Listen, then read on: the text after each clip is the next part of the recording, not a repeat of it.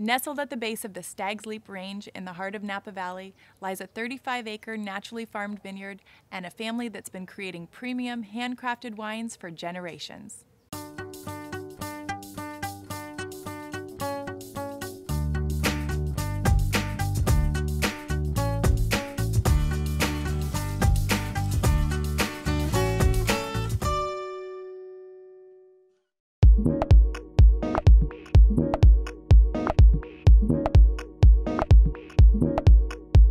All right, well, thank you for having us here today. This is a gorgeous location. And I understand now you actually grew up here on this property. That's right, absolutely did. Grew up running around the vines. That's wonderful. So your parents bought it back in? 1977. Okay. Yeah, the property was originally planted in the 1870s. Wow. But we bought it in 77 and my dad replanted it. And of course, he farmed it organically because his kids were running around in the vines all the time, so it didn't make any sense to spray chemicals. And you've kept that up over all of these years? Yep, absolutely. Nice. And now you work with your brother? Yeah, my brother runs the vineyard and I run the winery. I see. And I saw there was a whole section of vines that actually, was it you or that your brother planted back in high school? We both did. Really? Yeah, 14 years old, pounding in stakes. It was quite a job. I love that. So tell me about the volcanic soils that you have here. Oh, well, it's a white volcanic soil called Tufa. It's very good for vines. It makes a very mineral style wine. This kind of a crumbly rock actually absorbs water in the winter and gives it back to the vines in the summer. So it limits the need for any other irrigation and allows the vines to have constant but slow water use over the year. And how does that result with the flavor profile of the wine? Well, it makes intense wines. It makes wines that have a lot of structure, that age well. They definitely have a minerality to them. It's a nice backbone that balances the fruit and the spiciness of the wine. So I thoroughly enjoyed walking through these caves. They're so impressive and it's so fun to actually see the volcanic soils.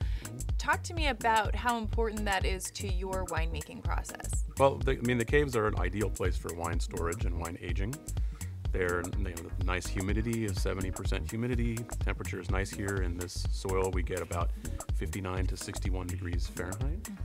So again, really excellent temperature for the wine to age.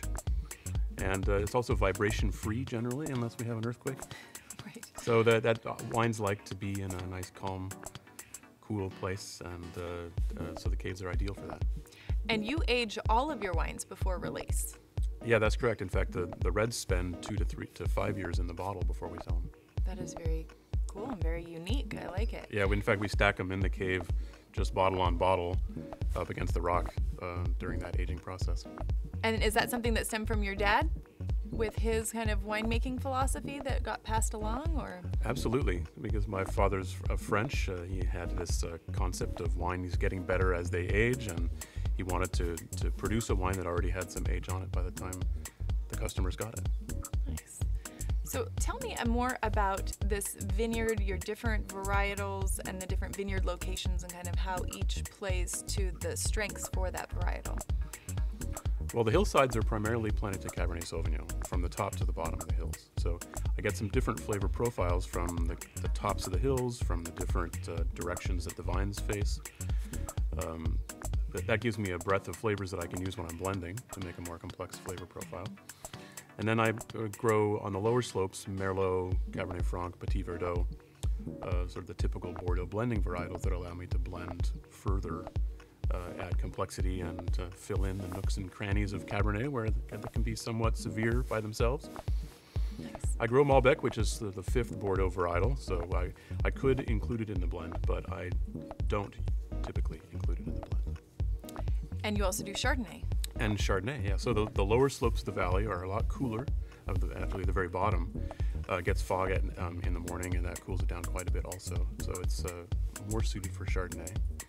And we actually maintain quite a bit of acidity in the Chardonnay. It gives it a really crisp, vibrant flavor. Nice. I love how you're just really tucked away in here. I mean, there's not even a sign by the road. So it's, unless you know that you are here, there's no way to find you. Talk to me about kind of your brand and your philosophy in terms of staying small. Well, we're 100% estate winery. This is a historic vineyard. The the top label shows the vineyard as it did in the 1870s. And we like the fact that it's a single vineyard project. It makes a very distinctive wine that has a lot of this minerality and other characters that come from the soil in this place. And we want to focus on that. Well, thank you so much for having us today. It's a glorious day to be in Napa, and your wines are phenomenal. So thank you for sharing with us. Thanks for coming. Cheers. The style of wines produced at White Rock Vineyards emulate the values of this longtime wine growing family, and we are honored to share them with you. Cheers.